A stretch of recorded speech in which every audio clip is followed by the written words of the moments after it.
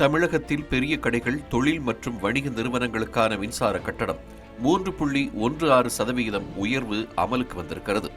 தமிழக அரசின் இந்த நடவடிக்கை தொழில்துறையினர் மத்தியில் கடும் கொந்தளிப்பை ஏற்படுத்தியிருக்கிறது.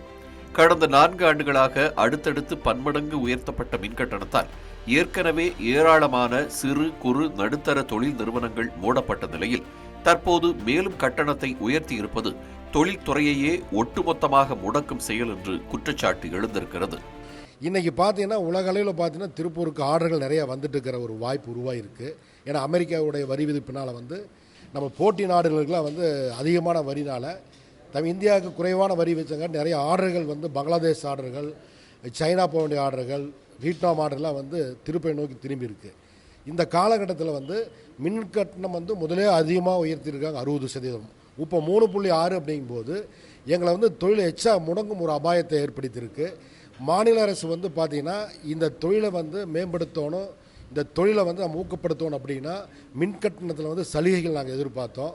அது எந்த ஒரு சலுகைகளும் இல்லாமல் மறைமுகமாக அவங்க இந்த இன்னைக்கு 1ஆம் தேதி இந்த 3.6% பண்ணது ஒட்டுமொத்த தொழில்துறையே முடங்கும் அபாயத்தில் இருக்கு.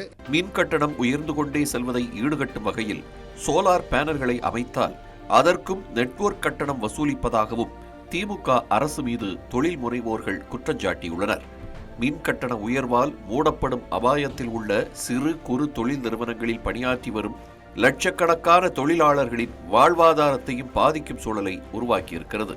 தனியார் மின்சாரங்களை ஊக்குவித்த எங்களை மாதிரி தொழில் முனைவோர்கள் உற்பத்தி செய்யும் மின்சாரத்தை ஊக்குவிக்காமல் எங்களை தொடர்ந்து எங்கள் மேலே அவங்களோட சுமைகளை 1,58,000 கோடி சுமைகளை எங்கள் மேலேயே தொழில்துறை மேலேயே திணிச்சா நாங்கள் இங்கே இந்த மாநிலத்தை தொழிலே செய்ய முடியாத நிலை இருக்குது. இப்போ பக்கத்தில் இருக்கிற மாநிலத்தில் மகாராஷ்டிராவில் பார்த்திங்கன்னா 10% குறைச்சிருக்காரு.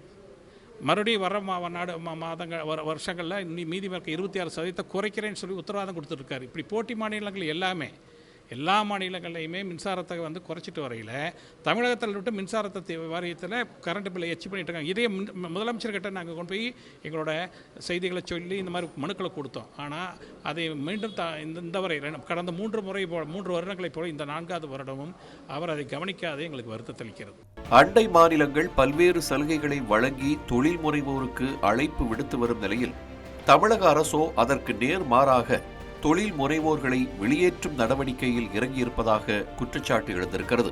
உலக முதலீடுகளை ஈர்ப்பதற்காக வெளிநாடுகளுக்கு செல்லும் முதலமைச்சர் உள்ளூர் முதலீடுகளை தக்க வைக்க போதுமான கவனத்தை செலுத்த வேண்டும் என்ற விமர்சனமும் எழுந்திருக்கிறது.